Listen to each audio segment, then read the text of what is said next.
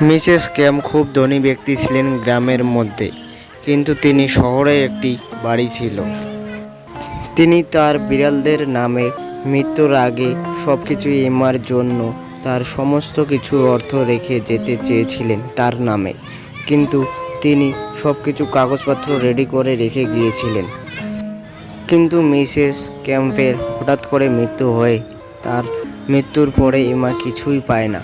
সে আইনজীবীর কাছে, কিন্তু তিনি আইনজীবীর কাছে যাওয়ার জন্য সিদ্ধান্ত নেন এবং পরের দিন তিনি আইনজীবীর কাছে গিয়ে সমস্ত কিছু বলেন।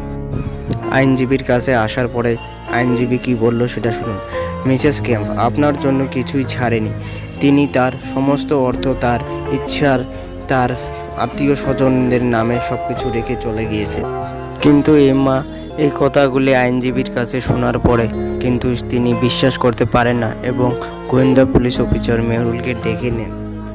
কিন্তু গোয়েন্দা পুলিশ অফিসার মেহরুল আসার পরে তিনি তার এমার কাছে সব কিছু শুনে নিয়ে তিনি একটা সিদ্ধান্ত নিয়েছিলেন যে তার কাগজগুলি নিয়ে আসার জন্য। আপনি কি সেই কাগজগুলির দিকে দেখে অনুমান করতে পারেন কিন্তু সেই কাগজটি ছিল জাল কি না নকল?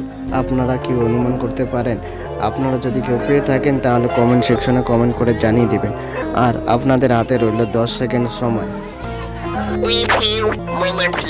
10, 9, 8, 7, 6, 5, 4, 3, 2, 1.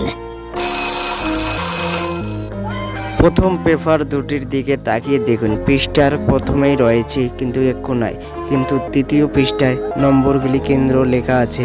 এই পৃষ্ঠার পরের ইচ্ছামতো যুক্ত করা হয়েছিল। এটি ছিল নকল।